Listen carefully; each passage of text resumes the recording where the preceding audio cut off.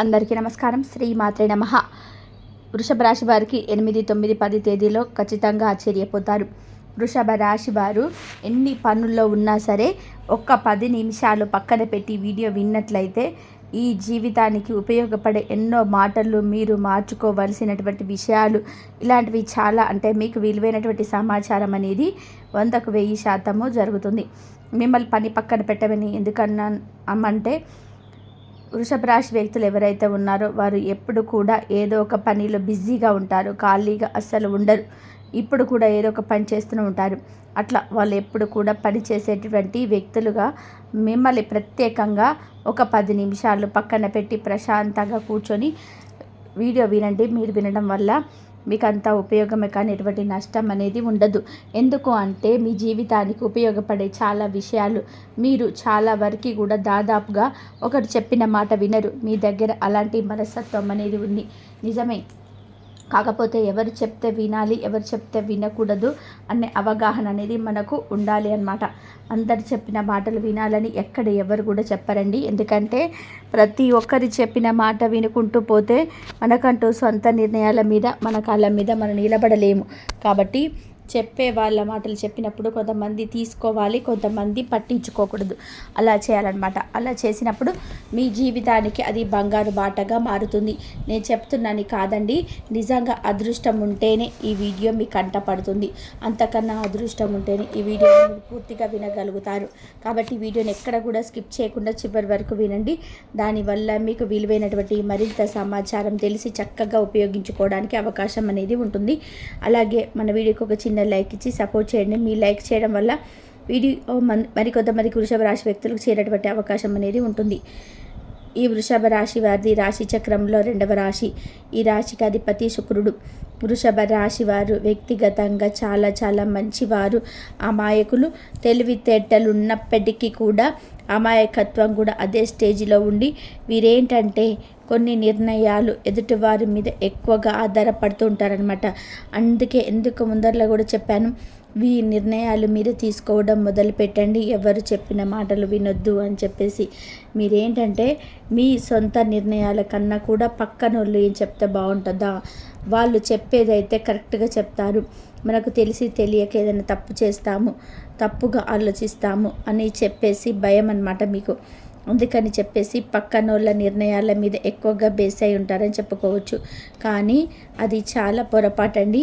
ఎప్పుడైనా సరే తప్పు కానీ ఒప్పు కానీ మన నిర్ణయాలు మనకే ఉండాలన్నమాట. ఎందుకు అంటే మన సొంత విషయాలు మనం శ్రద్ధగా మనం తలపెట్టి ఆలోచించినంతగా ఎవరు కూడా ఎవరి గురించి ఆలోచించరు. వాళ్ళకు నోటికి వచ్చింది చెబుతారు. వాళ్ళ సొంత విషయాలైతే వాళ్ళు శ్రద్ధతో ఆలోచించి చెప్పుకుంటారు. కానీ ఎవరు పక్కనున్న విషయాలు ఎవ్వరు కూడా శ్రద్ధ అనేది ఉండదు. పెదాల నుంచి మాట వచ్చింది కానీ మనసులో నుంచి మాట రాదు. ఒకవేళ మీకు అర్థం కాకపోతే మీ కుటుంబ సభ్యులతో చర్చించి నిర్ణయం తీసుకోండి. ఎందుకంటే మీ కుటుంబ సభ్యులు మీకు సంబంధించిన మనుషులు కాబట్టి వాళ్ళ నిర్ణయాలు దాదాపుగా కలిసే అవకాశం అనేది ఉంటుంది. కాబట్టి ఇలా చేయండి. అలాగే మీ రాశి పరంగా వృషభ రాశి వ్యక్తులు ఏంటంటే ఎప్పుడు కూడా చాకిరండి. చిన్న పిల్లల నుంచి కూడా ఒక వయసు వాళ్ళ కంటే ఇక ముసలి వాళ్ళు అయిపోయేదాకా ఒకటే చాకిరి చేస్తూనే ఉంటారు. వృషభం అంటే ఏంటి, ఎద్దు చూడండి ఎంత కష్టపడుతుందో, ఎంత బరువు మోస్తుందో, ఎంత చాకిరీ చేస్తుందో. అట్లాగా పగలంతా కూడా కష్టపడి తిరిగి ఇంటికి సాయంత్రానికి ఎప్పుడుకో నిద్రపోతుంది. మళ్ళీ ఉదయాన్నే లేచిన కానుంచి మళ్ళీ బరువు బాధ్యతలు తప్పవు. అలాగే వృషభ రాశి వ్యక్తులు కూడా బరువు బాధ్యతలు అనేటివి ఎక్కువగా, చాకిరీ ఎక్కువగా, అస్సలు ఖాళీగా ఉండరు. ఖాళీగా ఉంటే జరగదు కూడా వారికి. అలా ఈ వృషభ రాశి వ్యక్తులని కష్టానికి ప్రతిరూపంగా చూపించవచ్చు అన్నమాట. ఆడవారవచ్చు మగవారవచ్చు కష్టం చాకిరీ చేసుకుంటూ ఉంటారని చెప్పుకోవచ్చు.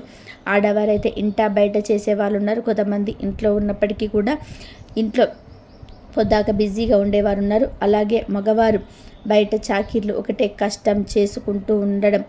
ఎందుకంటే పెద్దలు ఇచ్చిన స్థిరచరాస్తుల కన్నా కూడా వీరి కాళ్ళ మీద వీరు నిలబడి రెక్కల కష్టంతో కుటుంబాలను లాక్కు రావాల్సినటువంటి పరిస్థితి అనేది ఉంటుంది.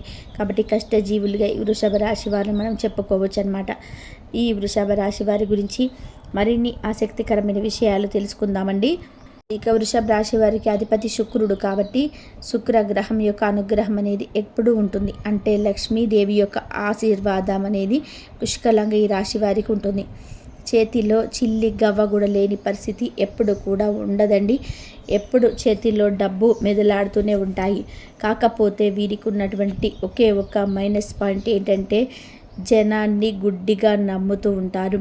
ఆ డబ్బును తీసుకెళ్ళి అంటే అంత కష్టపడితే వచ్చినటువంటి సొమ్మును తీసుకెళ్ళి వాళ్ళకని వీళ్ళకని ఇచ్చేస్తూ ఉంటారు. ఎవరైనా ఒక 10,000 కావాలి లేదంటే ఒక 5,000 కావాలి అని చెప్పి నోరు తెరిచి వీళ్ళని అడిగితే అది స్నేహితులు అవ్వచ్చు, బంధువులు అవ్వచ్చు, తెలిసిన వారు అవ్వచ్చు, ఇట్లా ఏంటంటే ఎవరో ఒకరు అడుగుతూనే ఉంటారు. అలా అడిగినప్పుడు వీరికి ఏంటంటే మొహమాటం అనేది ఎక్కువగా ఉంటుంది. ఆ మొహమాటంతో ఇచ్చేస్తారనమాట డబ్బులు. ఇచ్చేసిన తర్వాత నుంచి మళ్ళీ వీరికి ఎప్పుడైతే అవసరమవుతాయో అంటే పలానా టైంకి తీసుకుంటామని చెప్పి ఇస్తారు ఇవ్వడానికి. కాకపోతే అవతల వాళ్ళు ఆ టైంకి ఇవ్వలేరు.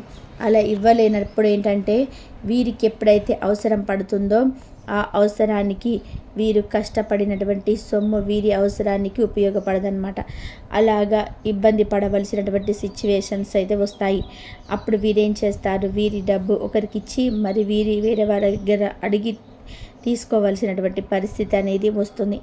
కాబట్టి వృషభ రాశి వారి చేయాల్సింది ఏంటంటే కనుక ముఖ్యంగా మీకున్నటువంటి డబ్బును కానీ సొమ్మును కానీ ఎవరికి ఇవ్వద్దు. చేయబదులుగా కానీ అప్పులుగా కానీ ఎవరికి ఇవ్వకూడదు. ఎందుకంటే ఈ నమ్మే రోజులు కాదు. అవసరమైనప్పుడు నీ అంతట వాడు లేడని అడగటం నిజమే. నిజంగా అవసరాలు ఉండవచ్చు. మీకు సహాయం చేసి ఉంటే గతంలో ఎవరైనా వారికి తప్పకుండా మీరు కూడా సహాయం చేయండి.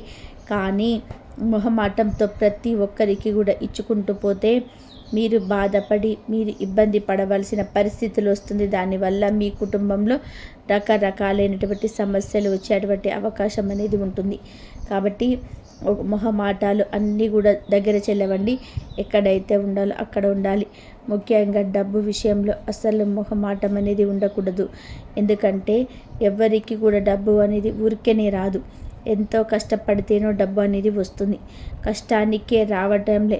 అలాంటిది ఎంతో చేసి రెక్కలు ముక్కలు చేసుకొని కాస్తో కూస్తో దైవానుగ్రహంతో ఉండి వచ్చినటువంటి సొమ్మును తీసుకెళ్ళి వాళ్ళ చేతుల్లో వీళ్ళ చేతుల్లో పెట్టి చివరకు మళ్ళీ వాళ్ళ చుట్టూతా మనం అడిగి చేసి తెచ్చుకోవాల్సినటువంటి అలాంటి పరిస్థితి దుస్థితి పొరపాటున కూడా వద్దు. ఇప్పటికైనా సరే వృషభ రాశి వారు ఎవరికి అలా ఇవ్వద్దు. మీరు మీ కుటుంబ సభ్యులను నమ్మండి. మీ కుటుంబ సభ్యులను గౌరవించండి. మీ కుటుంబ సభ్యులతో ప్రేమ అనురాగాలతో ఉండండి. మీ కుటుంబ సభ్యులను ఎవరిని అంటే బయట వారి ముందు ఎక్కడ కూడా అవమానించవద్దు. ఏదైనా ఉన్నాయనుకోండి మాట మీరు ఇంట్లో మాట్లాడుకోండి. మీరు ఇంట్లో గొడవ పడండి. అంతేకాని పరాయి వ్యక్తుల ముందు మూడో వ్యక్తుల ముందు గొడవ పడడం, చేసుకోవడం, తిట్టుకోవడము ఇలాంటివి ఎప్పుడు కూడా చేయవద్దు. అలా చేయటం వలన చాలా వరకు కూడా మీ జీవితాలకి ఇబ్బందులను మీరే కొని తెచ్చుకున్న వారు అవుతారు. అలాగే ఈ వృషభ రాశి వారు వ్యక్తిగతంగా చాలా మంచివారండి. కాస్త ప్రేమను చూపిస్తే ఎంతో పొంగిపోతారనమాట.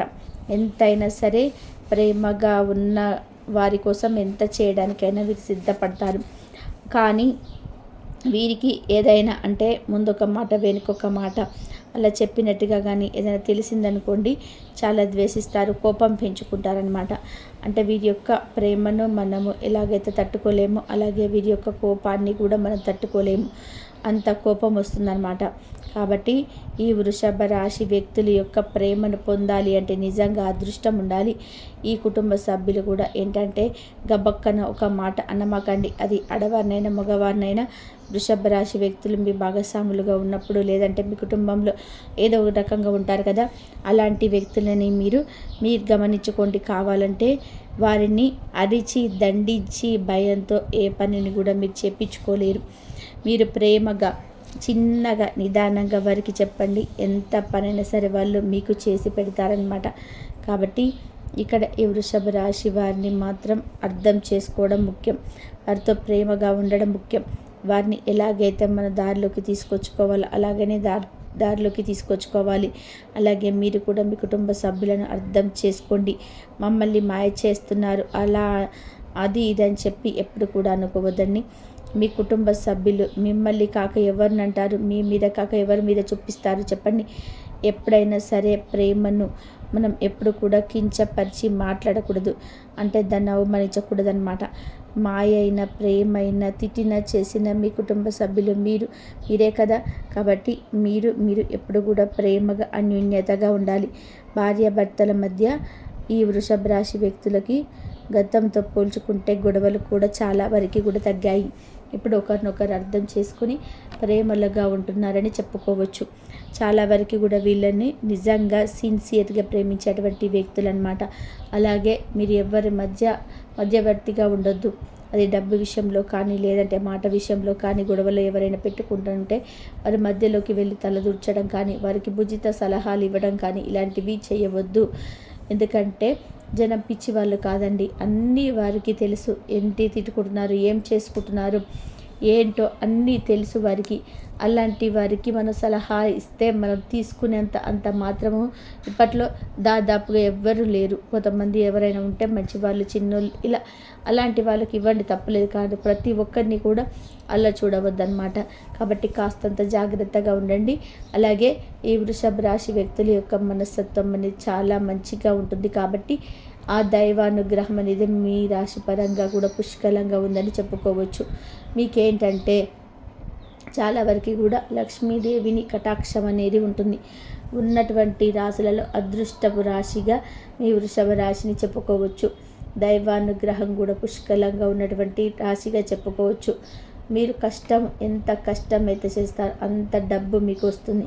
కాకపోతే ఆ డబ్బును మీరు నిలబెట్టుకోవాలి. అది మాత్రం మీ చేతిలోనే ఉంటుంది.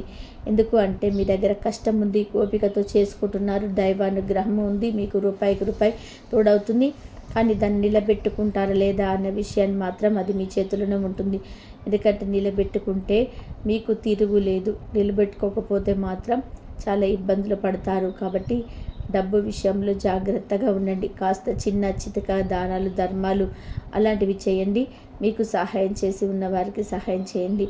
దానాలు అంటే ఏమీ లేదండి. కాస్త చిన్నపిల్లలకి ఎప్పుడన్నా ఒక 100 రూపాయలు ఉన్నాయనుకోండి, అందులో ఒక 10 రూపాయలు దానంగా ఇవ్వడం. ఇలా ఏదైనా పెద్దలకు డజన్ అరటి పండ్లు కొనివ్వడము. ఇలా ఏదో ఒకటి మీకు చేతనైనంత వరకు, మీకు స్తోమత ఉన్నంతగా సింపుల్గా, మీకు స్తోమతకు మించి వద్దు. ఎప్పుడైనా సరే మన స్తోమతకు తగినటువంటి చేసుకుంటూ వెళ్ళిపోవాలి.